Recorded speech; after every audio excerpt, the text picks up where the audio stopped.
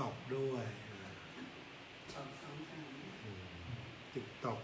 ญาติโยมอยู่ทางบ้านก่อนนอนร่วมสวดด้วย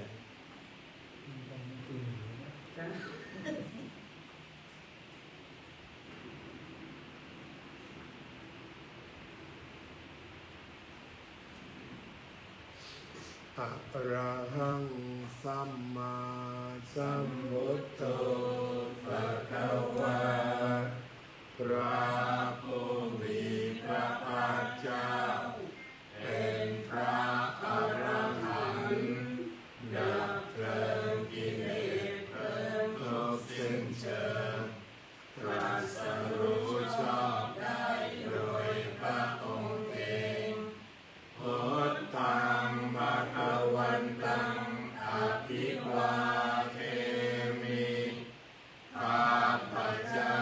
อภิวาทพระผู้มีพระภาคเจ้าผู้รู้ผู้ตื่นผู้เบิกบานสวากขาโตภะคะวะตาธัมโมพระธรรมเป็นธรรมที่พระผู้มีพระภาคเจ้าตรัสไว้ดีแล้วธัมมังนัมมัสสามิข้าพเจ้านมัสการพระธรรมสุปฏิปันโนภะคะวะโตสาวกสังโฆพระสงฆ์สาวกของพระผู้มีพระภาคเจ้าปฏิบัติดีแล้วสังฆังนะมามิข้าพเจ้านอบน้อมพระสงฆ์ท่านธรรมยังพุทธัสสะภะคะวะโตปุปปะคณมการังตะโรมะเสนะโมตัสสะภะคะวะโตขอ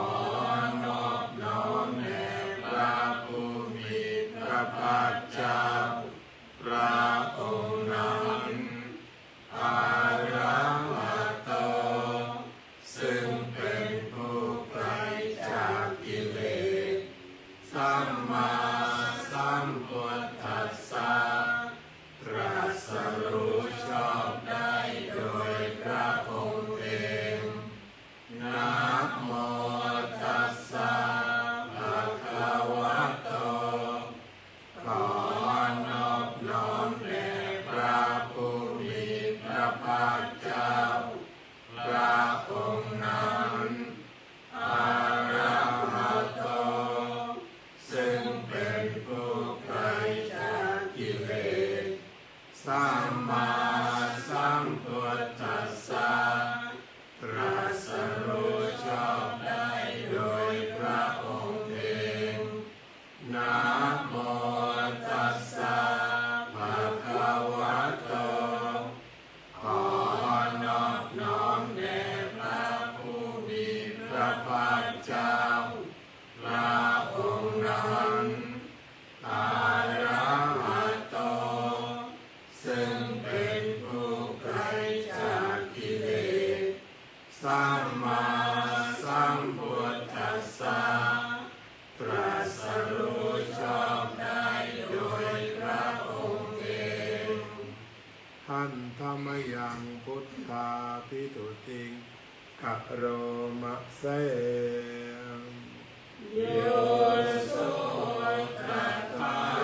ภะโตพระตถาคตเจ้านั้นพระองค์ใดอะระหัง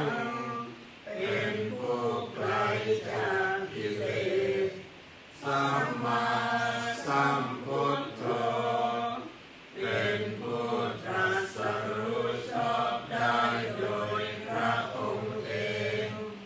เว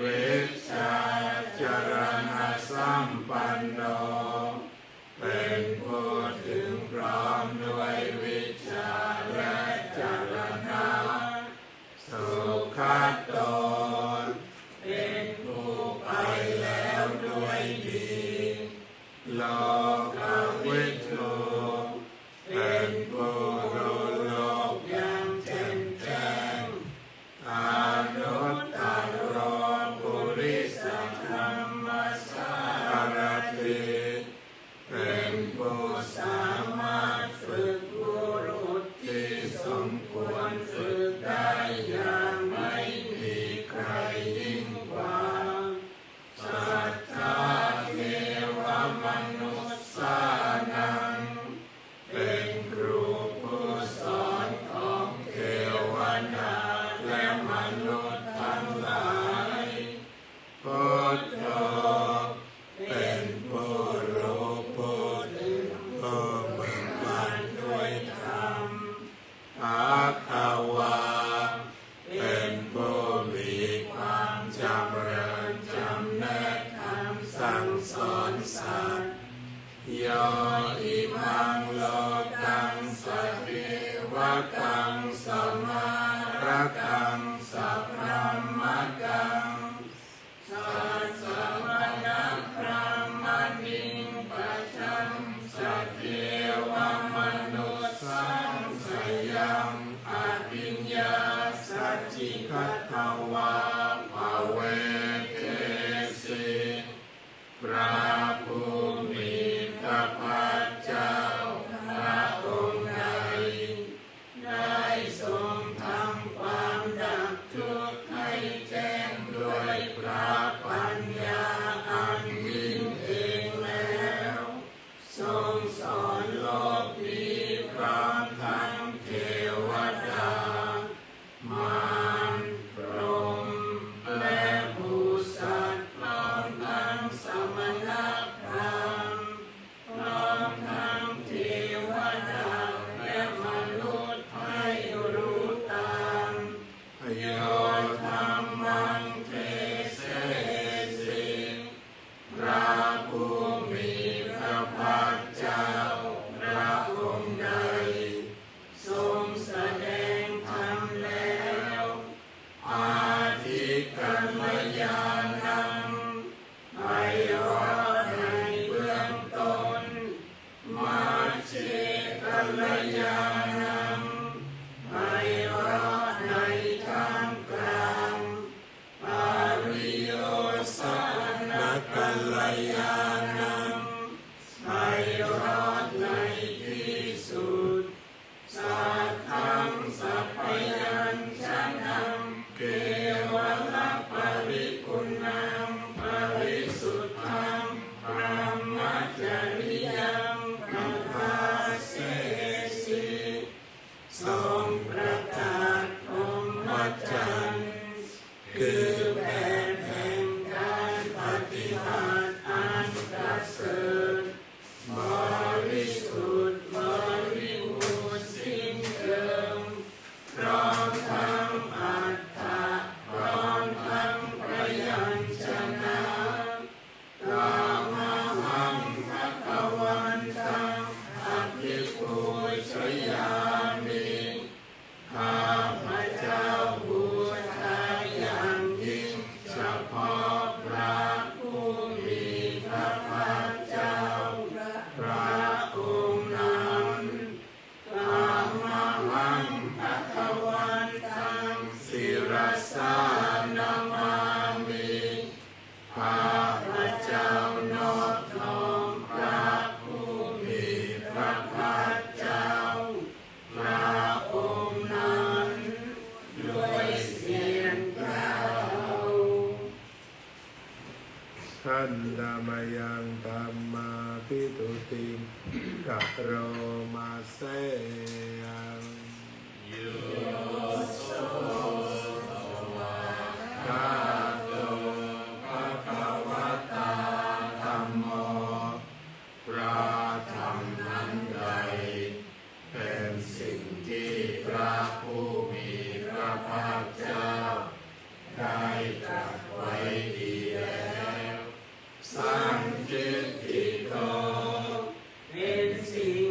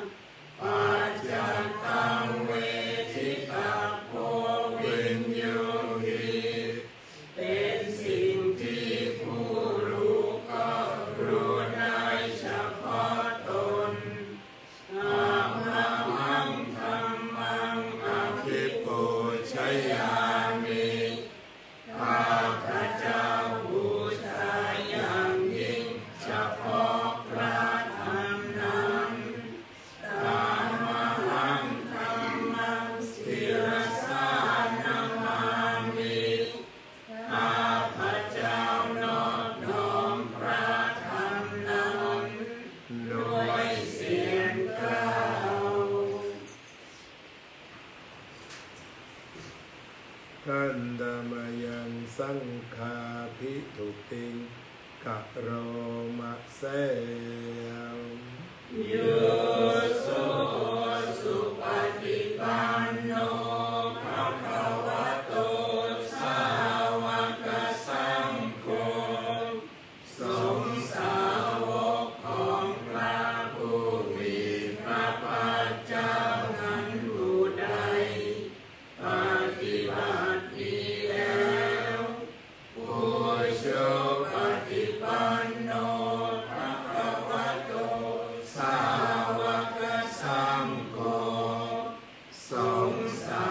วกของพระผู้มีพระภาคเจ้าผู้ใดปฏิบัติตรงแล้วญา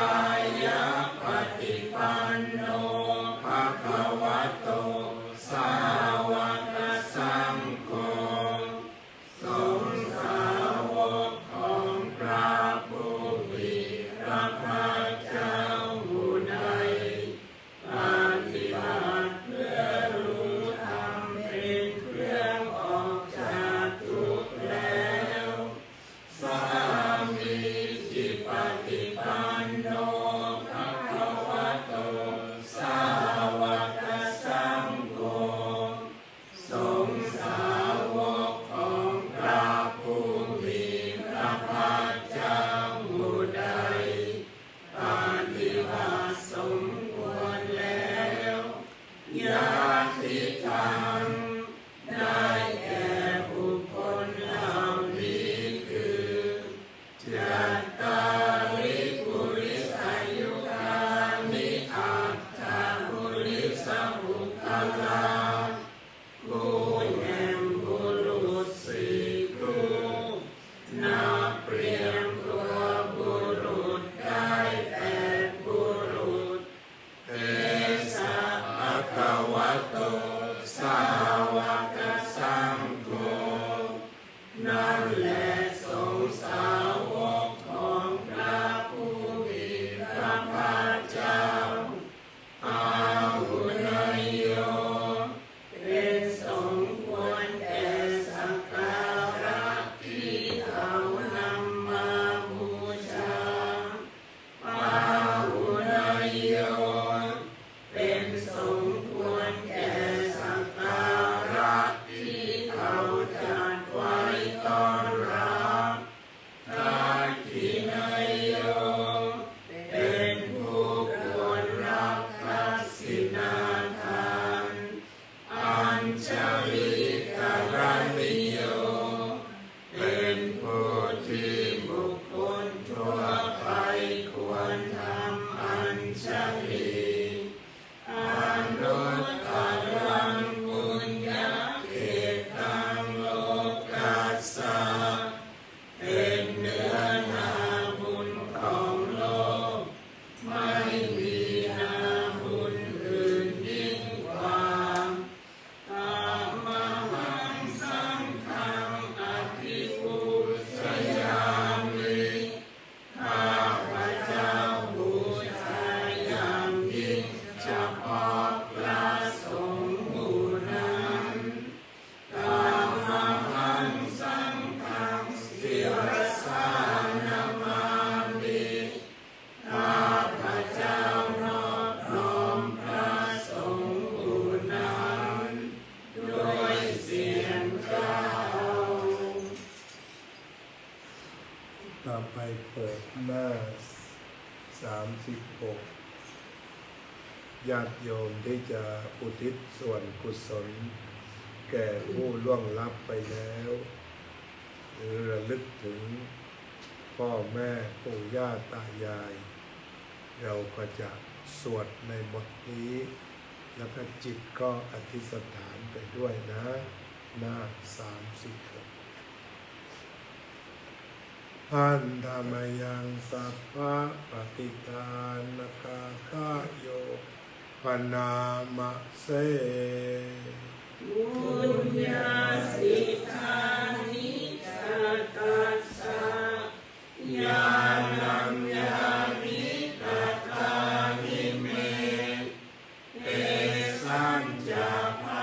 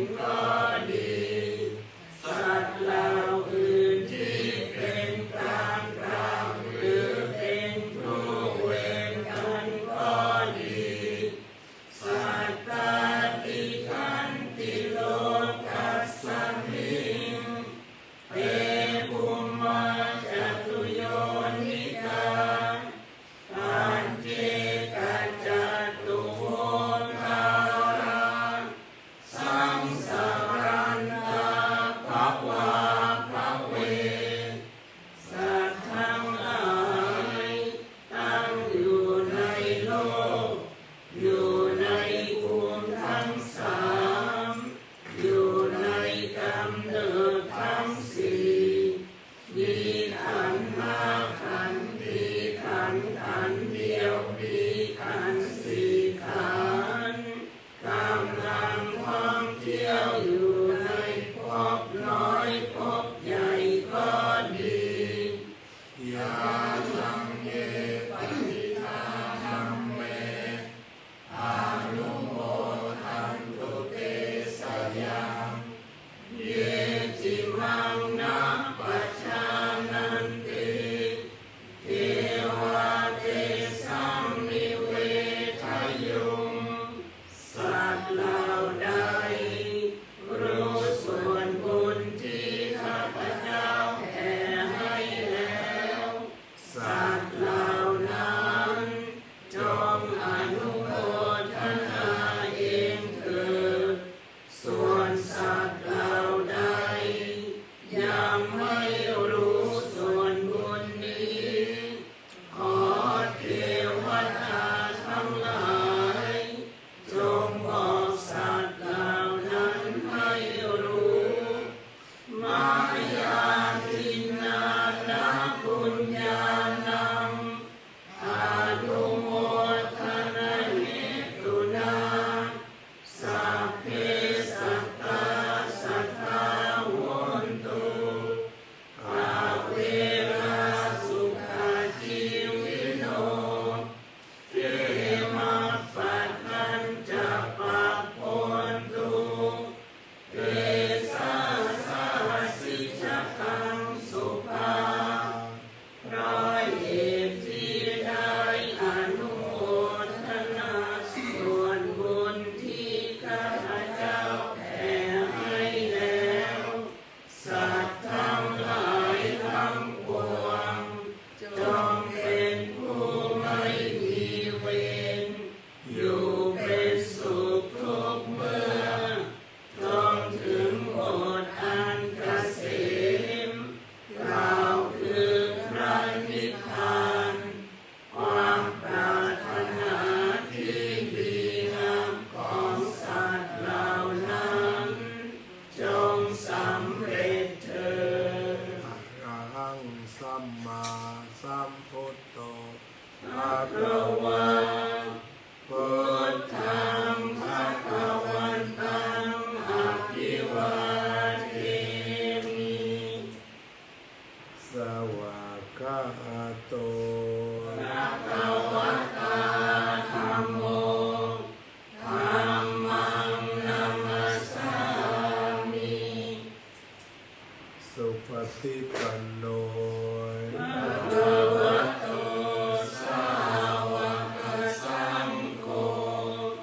สังฆังนามามิ เพื่อเป็นความต่อเนื่องเชิญถวายสังฆทานกล่าวนะโมและกล่าวสังฆทานพร้อมกันเลย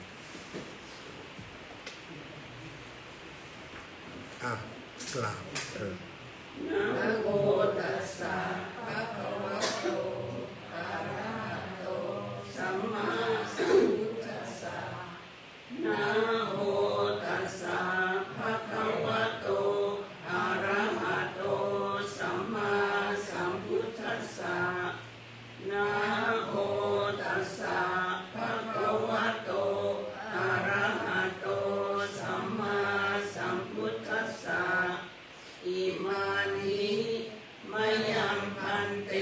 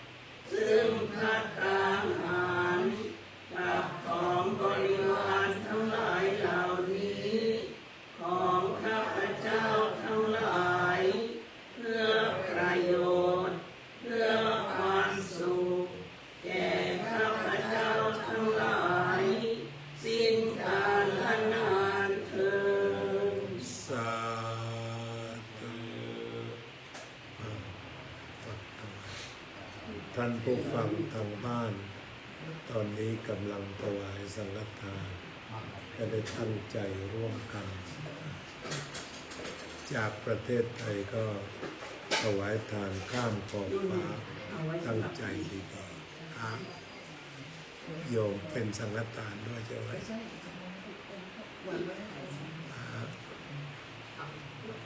เอาไปเส้นแม่อาจารย์เราทำที่ดาวถ่ายรูป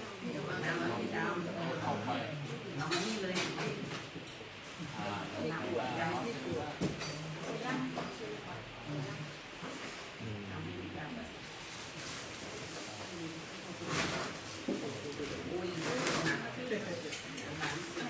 เดี๋ยวอาจารย์ถ่ายภาพของน้องเซย่านะ เดี๋ยวน้องเซย่ายกแจกันขึ้นมาวางตรงนี้ค่ะ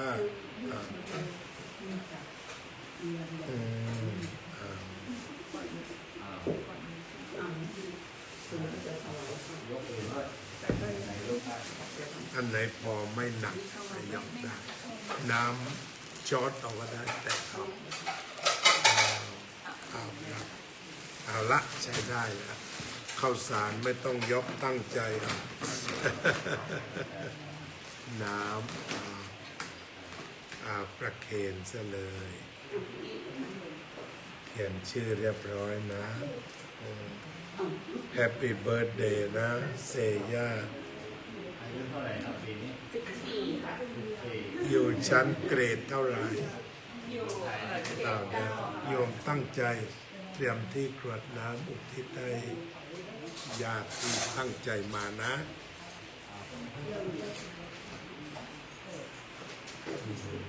โยมอิฐจะถวายอะไรด้วย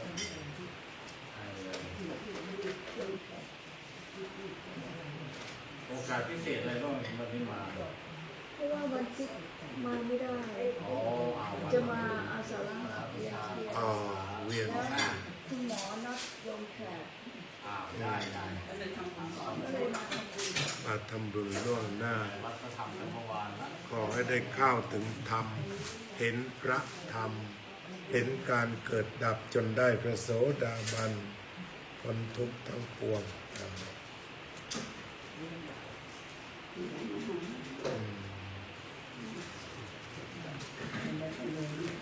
โยมมาอุทิศกับพี่ดำใช่ไหม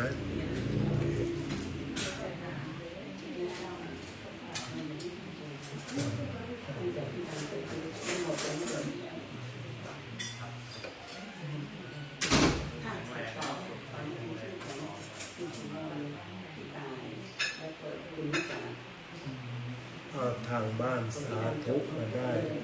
เปล่งสาธุก็ได้บุญเหมือนกันแล้วนะ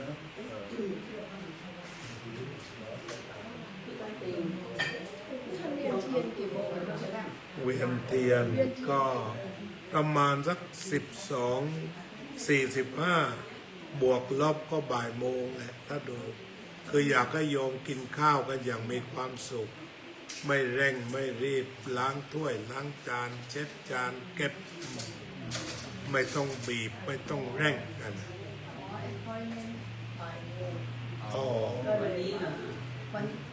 บ่ายโมงไม่ทันเวียนเทียนแต่ว่ากินข้าวทันเอาไปตรวจก่อนดีกว่าให้มันสบายใจก็เลยมาวันนี้เพื่อสบายใจสบายใจ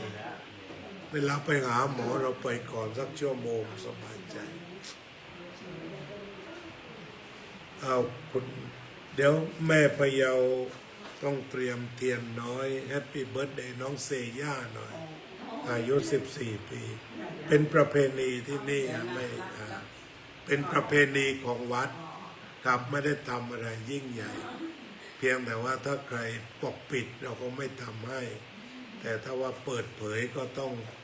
ยายจะร้องเพลงแฮปปี้เบิร์ธเดย์ให้ทุกคนฟังเป็น15นี่จัดใหญ่เลี้ยงข้างนอกเลี้ยงข้างนอก15 สิงหานะประมาณ200 คนพอนะคะได้เลยเดี๋ยวนะเข้าใจกันตามนี้ยัตถาวาริวหาปุราปริปุเรนติสาครัง เอวะเมวะอิโตทินังเปตานังอุปกัปปติอิจิตังปฏิตังตุมหังคิปะเมวะสมิจจโตสัพเพปุเรนตุสังกัปปาจันโตปนรสโสยถามณิโชติรสโสยถาเววัจจันตุสัพพะโรโควินาศตุมาเตภวัตวันตรายโยสุขิติกายุโกภวะอภิวาทนาสิริสเนจังวุฒาปัจจายโนจัตตารโอธรรมาวัฏฏันติอายุวันโนสุขังภะลังเบื้องต้นอุทิศส่วนบุญส่วนกุศลตามที่คุณแม่หรือญาติได้อุทิศแก่ผู้ตายก่อนอายัญจะโกตาคินเทนะสังฆัมหิสุปฏิทิตาติการัตตังหิตายะสัทธานัสโสอุปกัปปติโสยาติธัมโมจะอายังนิทัสสิโตเปตนะโปชะจักตาอุลาราภลังจะเปกโกนามานุปตินังตุมเมหิปุญญังอานาปกันติต่อไปก็คณะสงฆ์ก็จะได้อวยพรวาระวันเกิดน้องเซย่ามาวัดตั้งแต่เล็กๆทุกปีก็จะมาทำบุญที่วัดเสมอตอนนี้ก็โตไปโรงเรียนอายุ14 ปีก็ขออวยพรให้น้องเซย่าจงมีความสุข May you be happy May you be well May you be glorious in education อายุวัตโกธนวัตโกสิริวัตโกยศวัตโกพลวัตโกวันนาวัตโกสุขวัตโกโห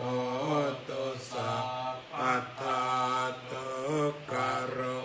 ทัพยาเวราโสกาสันตุจุปัฏฐวะอเนกาอันตรายาภิวินาศสันตุจเตชัสสะชัยเสติธนังลาภังสุติภาคยังสุขังพลังสิริอายุจวันโนจะโปคังวัตติสัตวัสสะจะอายุจะชีวสิทธิภวันตุเตภวัตุสัพพมังคลังรักขันตุสัพพเทวตาสัพพพุทธานุภาเวนัสสตาโสติภวันตุเตภวัตุสัพพมังคลังรักขันตุสัพพเทวตา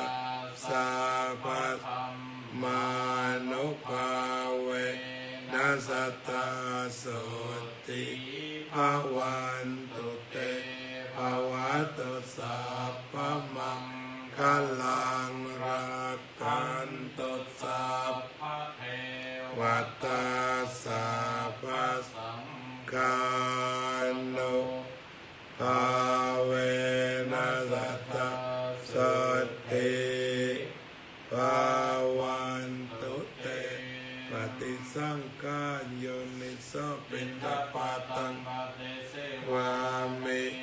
เนวตวายะตวตายะนายนาวิปุสนายะยาวะเทวะอิมัสสะทิฏฐิยายะปนายะสุปารติยาพระมัจจริดุขหายะเอติปุรานันจะเวทนังจะเวทนังนาอุปาเทสามิยาตราจะเมภวิสสติชะตาจะปาสุเอหโรจาติขอให้ท่านสาธุชนทั้งหลายและน้องเสย่าจงพ้นทุกข์พ้นโศกพ้นโรคภัยกระทำการใดๆสำเร็จผลมีความสุขท่ามกลางญาติและฝูงชนไม่ยากจนมีทรัพย์พอก่อสุข